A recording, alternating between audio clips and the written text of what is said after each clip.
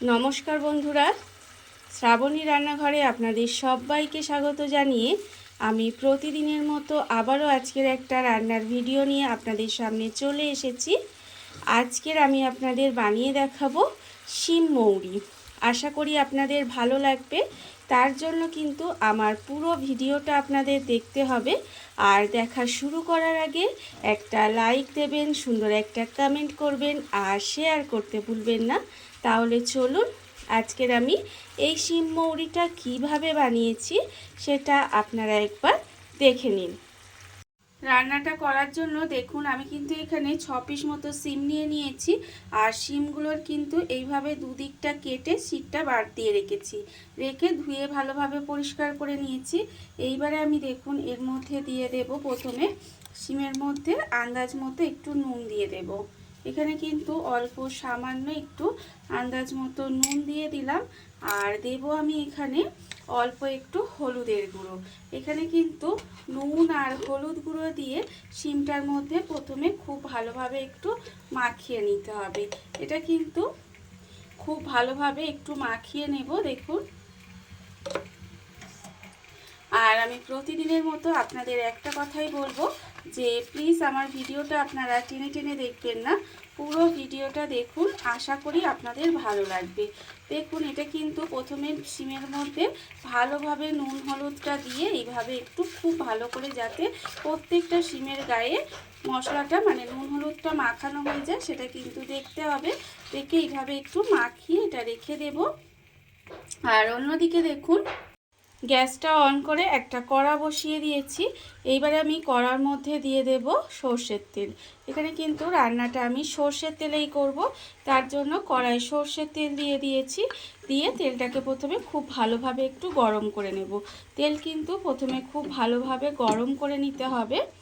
আর আমার চ্যানেলের নতুন বন্ধু পুরনো বন্ধু সবাইকেই বলছি আমার তরফ থেকে অনেক অনেক ভালোবাসা। নতুন বন্ধুদের বলবো যদি চ্যানেলটা সাবস্ক্রাইব করেন তাহলে পাশে থাকা বেল বাটনটা অবশ্যই প্রেস করে দেবেন, যাতে আমি যখনই কোনো নিত্য নতুন ভিডিও আপলোড করব সবার প্রথমে আপনাদের কাছে নোটিফিকেশান চলে যায় এবং আপনারা আপনাদের সময় মতো সেটা দেখে নিতে পারেন। আর পুরনো বন্ধুদের বলবো এইভাবে আমার পাশে থাকার জন্য, আমাকে এগিয়ে যেতে সাহায্য করার জন্য আপনাদের অসংখ্য অসংখ্য ধন্যবাদ।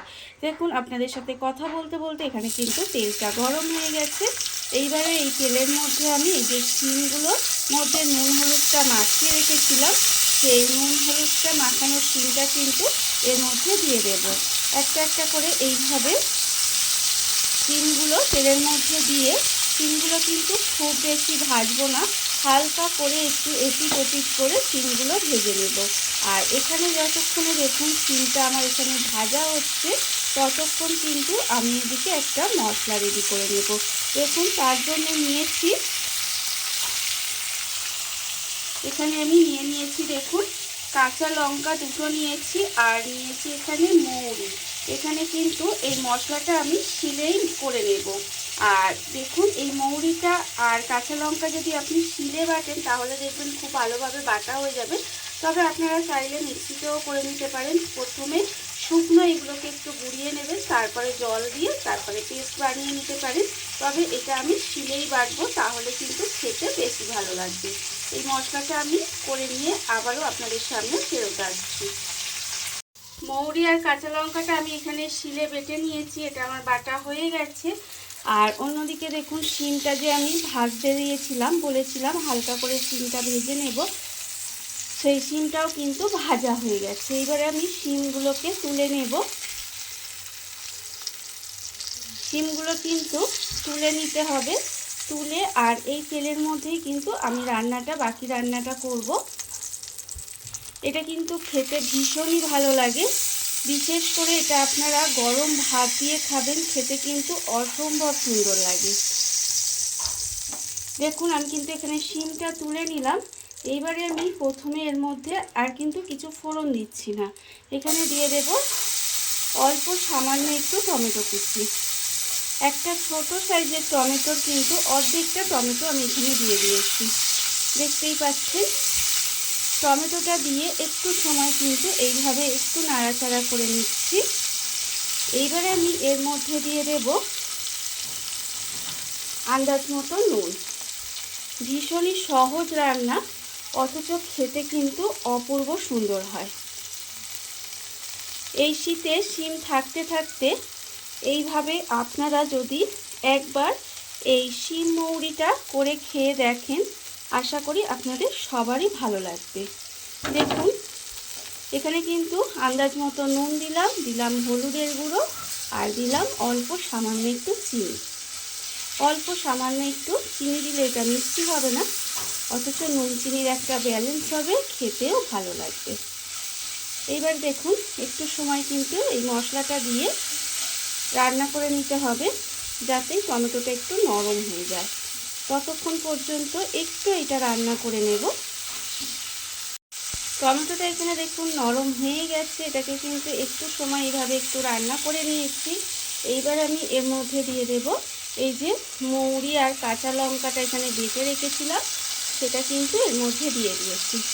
আর আপনারা লক্ষ্য করেছেন যে এতে কিন্তু সেরকম বেশি মশলা পড়ছে না, শুধু এই যে মৌরি বাটাটা পড়ছে, এতেই কিন্তু রান্নাটা সাধারণ থেকে অসাধারণ করে তুলবে। এর যে একটা সুন্দর গন্ধ আছে না, এতেই আপনাদের খেতে কিন্তু ভীষণই ভালো লাগবে রান্নাটা। এবার দেখুন মৌরিটা দিয়ে কিন্তু একটু সময় এইভাবে কষিয়ে নেব। তবে আপনারা হয়তো দেখেছেন যে মৌরিটা কিন্তু তুলনায় একটু বেশি দিতে হবে, সেরকম যেহেতু মশলা পড়ছে না, তাই আপনারা কিন্তু এখানে আমি 5-6টা শিম নিয়েছি, সেই 6টা শিমের জন্য কিন্তু এখানে প্রায় 2 চামচ মতো মৌরি আমি নিয়েছিলাম, আর সেটাই বেটে নিয়েছি। এইবার এটাকে এইভাবে একটু রান্না করে নিতে হবে। দেখুন এইভাবে কিন্তু একটু নেড়ে চেড়ে এর সঙ্গে কষিয়ে নিচ্ছি। তবে খুব বেশি সময় কিন্তু কষানোর দরকার নেই, তাহলে কিন্তু এই যে মৌরির যে একটা সুন্দর গন্ধ থাকে সেটা চলে যেতে পারে। তাই আমি খুব বেশি সময় কিন্তু এটাকে কষাবো না, যেহেতু আগে মশলাটা কষিয়ে নিয়েছি, তাই একটু সময় কষিয়ে নিয়েছি। আপনাদের সাথে কথা বলতে বলতে দেখুন তেলটাও ছেড়ে দিয়েছে। এইবারে এর মধ্যে দিয়ে দেব জল।